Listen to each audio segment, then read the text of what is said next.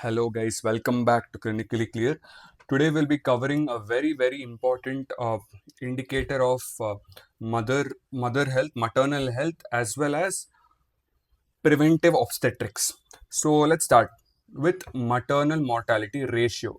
MMR is not maternal mortality rate. Very important. It is maternal mortality ratio.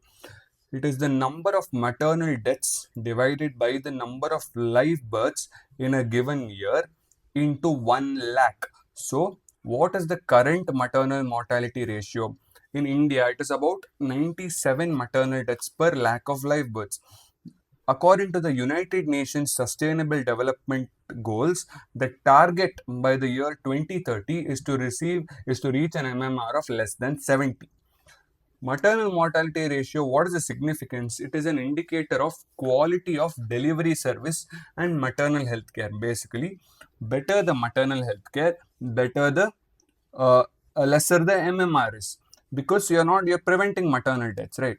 So this I have also explained in the indicators of mother and child health video. You can go look it up on my channel. In great detail, I've covered that. Now I've just introduced it once again to cover the upcoming topics. So let's look at what is a maternal death. See, we need to define maternal death. Maternal death is a death of a female due to pregnancy and its related causes within 42 days of termination of pregnancy. It did not be within 42 days of delivery. Let's say because of some antepartum hemorrhage, some criminal abortion, it is termination of pregnancy. It is not delivery. Within 42 days of termination of pregnancy, except due to some accidental causes or due to some incidental causes like electrocution, trauma, etc. These causes are not included, but any other pregnancy related cause or etc. can be a part of maternal deaths, can be defined as can be a cause of maternal death. What are the risk factors for maternal death? In poor background, illiterate backgrounds, where they're not educated, where they don't have enough nutrition and health education, poor sanitary conditions, lack of maternal health care, example, rural areas, tribal areas, high risk age pregnancies. If the pregnant female is very young or very old, maternal malnutrition, these are all certain risk factors. Remember 4, 5, more than enough. Causes of maternal mortality. This is very important. Now you can have direct causes, which are nothing but obstetric causes, and you can have indirect causes, which is nothing but non-obstetric causes. What are the direct causes? The direct causes are more common than the indirect causes. Under direct causes or the obstetric causes, you can divide it into antenatal, intranatal, and postnatal. Antenatal, you can have antepartum hemorrhage, antenatal hemorrhage. How does this happen? It happens because of placental disorders like placenta previa, abruptio placenta, criminal abortions, or improperly conducted abortions. All this can lead to antepartum hemorrhage during pregnancy, leading to maternal death. Intranatal complications such as obstructed labor, rupture of the uterus, prolonged labor, all these conditions, these are certain intranatal causes. During labor and during the process of parturition, some causes which can lead to maternal deaths. Obstetric labor is responsible for about 5% of maternal deaths. Then you have postnatal causes. Now, these are the most important because postpartum hemorrhage, PPH, is the most common cause of maternal deaths in India. 40% of maternal deaths in India is due to postpartum hemorrhage. And this postpartum hemorrhage could be due to intranatal causes like obstructed labor, prolonged labor, uterine rupture. These all can lead to postpartum hemorrhage as well. Other postnatal complications like puerperal sepsis, thrombophlebitis, even these can lead to maternal deaths. What are the indirect causes?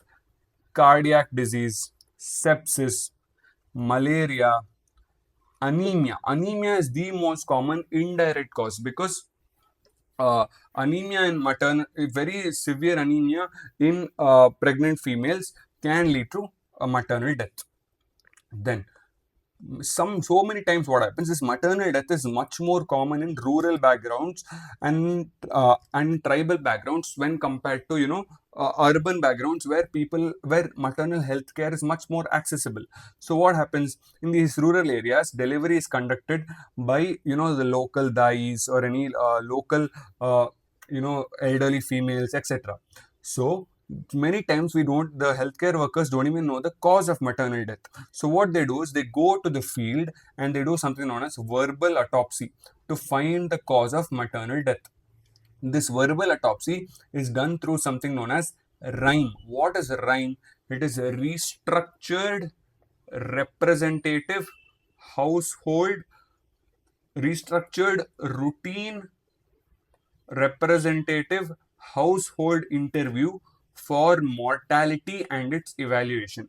So basically, it is a method of interviewing to find the cause of maternal death and to evaluate the case of maternal mortality. And how do we prevent this maternal deaths? Prevention of maternal deaths is nothing but through preventive obstetrics, which is a very, very important question. So let's start with preventive obstetrics. So preventive obstetrics has three aspects to it: antenatal care, intranatal care, and postnatal care. What is antenatal care? It is the care given to the mother from conception till the onset of labor. First, we start with how many times should she visit, coming and getting registered in the hospital and receiving an antenatal card, antenatal care card. So the minimum times pregnant female should visit is 4 times. Once before 12 weeks, known as the registration visit, and then follow up once at 14 to 26 weeks, once at 28 to 32 weeks, and from 36 weeks till term again. So minimum 4 times. But recommended visits are different. National Health Mission recommends 12 to 15 visits, that is, first 7 months, monthly one visit. So total 7. During the 8th month, bi-weekly. So 2 visits in the 8th month. And in the 9th month, weekly once visit. So 4 visits in the 9th month. So this is how many times you should go for antenatal visits to an obstetrician according to National Health Mission. WHO recommends about 8. First trimester 1 visit, second trimester 2 visits, third trimester 5 visits. Simple. This is about the first aspect, that is antenatal visits. Then coming to antenatal history taking, then you'll take history. You'll take both obstetric history and gynecological history. Obstetric history, where you'll take marital history, age of pregnancy, age of marriage, duration of marriage, details of previous pregnancy, any abortions, the number of living children, any dead children, any previous intranatal, antenatal, postnatal complications, history of multiple pregnancy, any congenital disorders, etc. Gynecological history, you will take menstrual history like age of menarche, menstrual cycles, regularity of menstrual cycles, the duration of each cycle, the flow, menstrual flow, etc. And you'll also ask for the last menstrual period, the date of the last menstrual period, to calculate the expected date of delivery through Naegeli's formula. What is Naegeli's formula? EDD is equal to LMP plus 9 months and 7 days. So that is about antenatal history taking. You took history, now you will go for antenatal examination. You will do general physical examination, pulse, respiratory rate, heart rate, temperature, everything you will do. And then you will also do anthropometry, where you will take weight and height. Now the normal weight gain of during pregnancy is 10 to 11 kgs. That is, first trimester 5 kg, second trimester 5 kg, third trimester 1 kg. Third trimester, a pregnant female should not gain more than 2 kgs. Very, very important. You will also do systemic examination to rule out any systemic disorders, your CVS, RS, CNS, per abdomen. You will do obstetric examination, basically the Leopold grips or maneuvers, where you will find the lie, the attitude, the presenting part, etc. And you'll also check for fetal heart sounds. And you'll do pelvic examination to rule out cephalopelvic disproportion. So this is antenatal examination. Once you did examination, you will go for investigations and screening investigations. You will do urine analysis, you'll do blood sugar, blood proteins, you look for urinary tract infections, etc. Hemoglobin, very, very important. Now 11, 12, 13, less than 11 hemoglobin in pregnant females is anemia. Less than 12 in non-pregnant females, anemia. Less than 13 in males, anemia. So this is how you remember hemoglobin. In rural areas, you have to check for malaria. You will do malarial slides. In urban areas, you will do HIV testing, TriDot test, HBsAg testing, VDRL testing for syphilis, etc. And very, very important is to screen for gestational diabetes mellitus. GDM screening. This you will do it on the first visit itself, that is before 12 weeks. And also on 24 to 28 weeks, twice you will do. How you will do? Through oral glucose tolerance test, very, very important, which is done in the non-fasting state. You won't ask a pregnant female to fast because already she has a baby within, already she has a fetus who needs a good amount of nutrition. So it is also a one-step test. You will dissolve 70 milligrams of anhydrous glucose in 300 ml of water, and you will ask the pregnant female to swallow it within 30 minutes. Then if the blood sugar is less than 140, then it is non-GDM. All good. If it is more than 140, it is GDM. So first line of treatment is medical nutrition therapy, MNT, which you will trial for 2 weeks. Basically, you'll just make some alterations in the pregnant woman's diet, hoping that her blood sugar reduces and it comes under control. Once you do it for 2 weeks, you will again test for blood sugar. This time, if it is less than 120, that means MNT is working. So you continue medical nutrition therapy. But if again it still persists to be more than 120, then you have to go for insulin treatment or oral hypoglycemic treatment such as metformin. Why we are doing all this? Why we are stressing so much about GDM? Because it also leads to complications in the babies such as macrosomic babies and LGA babies, which are too large for their gestational age, and that can lead to problems during labor. Then you'll also do ultrasound. You have multiple scans, dating scan, NT scan, etc. to detect any congenital defects, neural tube defects, etc. Amniocentesis and chorionic villi biopsy you can do to rule out chromosomal disorders, Down syndromes, and Edward syndrome, Patau syndrome, etc. So this is about antenatal screening. Then you have to give advice to the mother, antenatal advice. What advice will you give? First of all, about the nutritional requirements. Now, a pregnant female has to consume more calories, average of more than 350 calories, increase in calorie intake by 350. First trimester, about 70 calorie increase. Second trimester, about 250 calorie increase. And third trimester is about 450 calorie increase. So, average is about 350. Then protein. A non-pregnant female as well as a pregnant female in her first trimester should take about 47.5 grams of protein per day. Second trimester, add another 9 grams to it. And third trimester, add an extra 22 grams of daily protein intake. So this is protein requirements. And iron requirements, non-pregnant female 30 milligrams per day. Pregnant female 27 milligrams per day.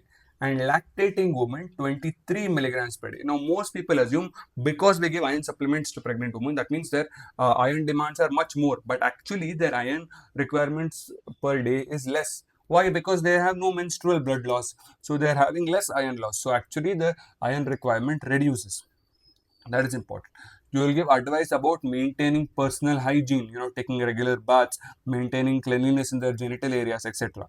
And you will advise ample amount of rest and light exercise. You should not, you should tell the mother to avoid excessive physical labor.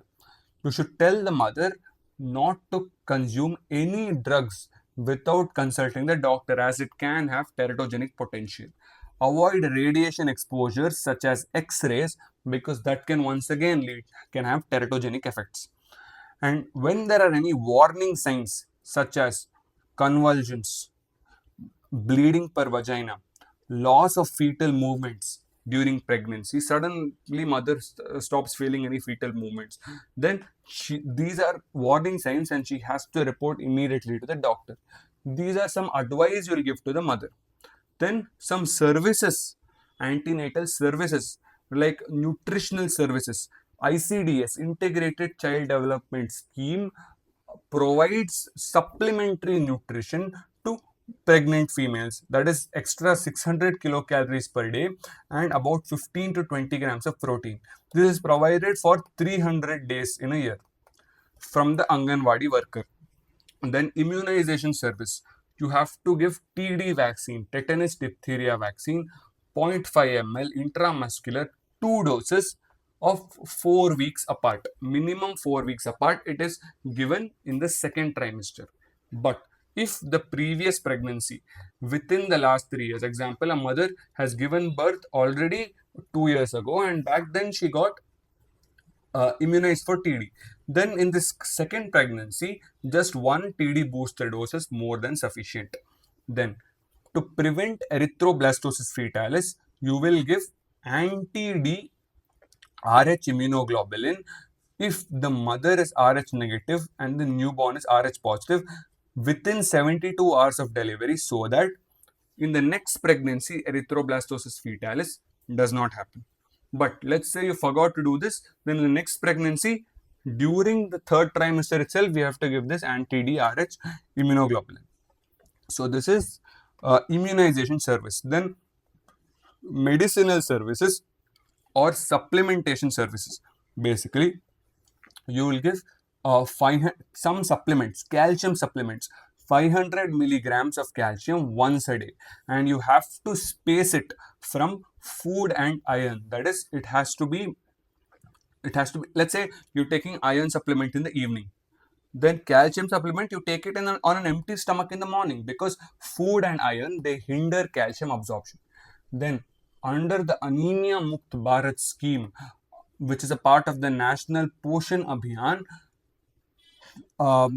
the pregnant females have to take iron supplements, 60 milligrams of elemental iron per day along with 500 milligrams of folic acid, 1 dose per day.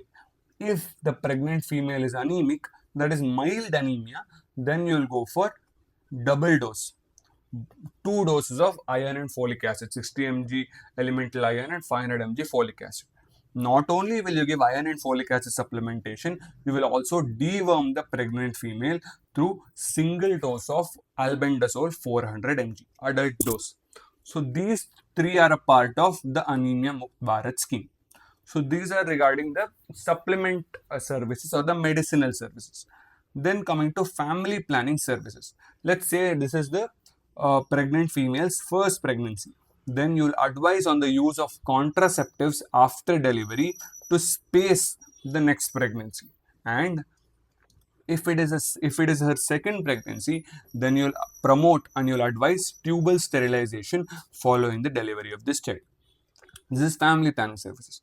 Then you will also give nutritional education, health education, breastfeeding education to the mother and the supporting family to take care of the child as well as the mother. So this is about antenatal care. You have antenatal visits, you have antenatal history taking, antenatal examination, antenatal screening and investigations, antenatal advice, and antenatal services. Next, coming to intranatal care, the care you will give to the mother during pregnancy. So here you have something known as clean delivery and safe delivery. Clean delivery is through WHO 5 cleans. You want to have a clean cut, clean tie, clean cord, clean hands, clean surface. How do we do this? The government has promoted this through disposable delivery kits. These DDKs or disposable delivery kits are provided by the government free of cost. What all does this disposable delivery kit contain? For a clean cut, you have a sterile blade, you have a sterile thread for a clean tie, you have a gauze piece to handle the cord, you have soap for clean hands, and you have a plastic sheet for a clean surface. All this is a part of the disposable delivery kit, and this clean chain, it ensures that the neonate does not get any infections like tetanus. And example, through this disposable delivery kits, by 2015, India has become free of neonatal tetanus. So this is one clean delivery. Then safe delivery, by conducting delivery as much as possible by trained professionals in hospital settings by obstetricians, gynecologists, and doctors. But in rural areas, people prefer to get delivery through local dyes because it is much cheaper and it is more, they feel more comfortable. So you have to also go and train the local dyes, the female health workers at the community level,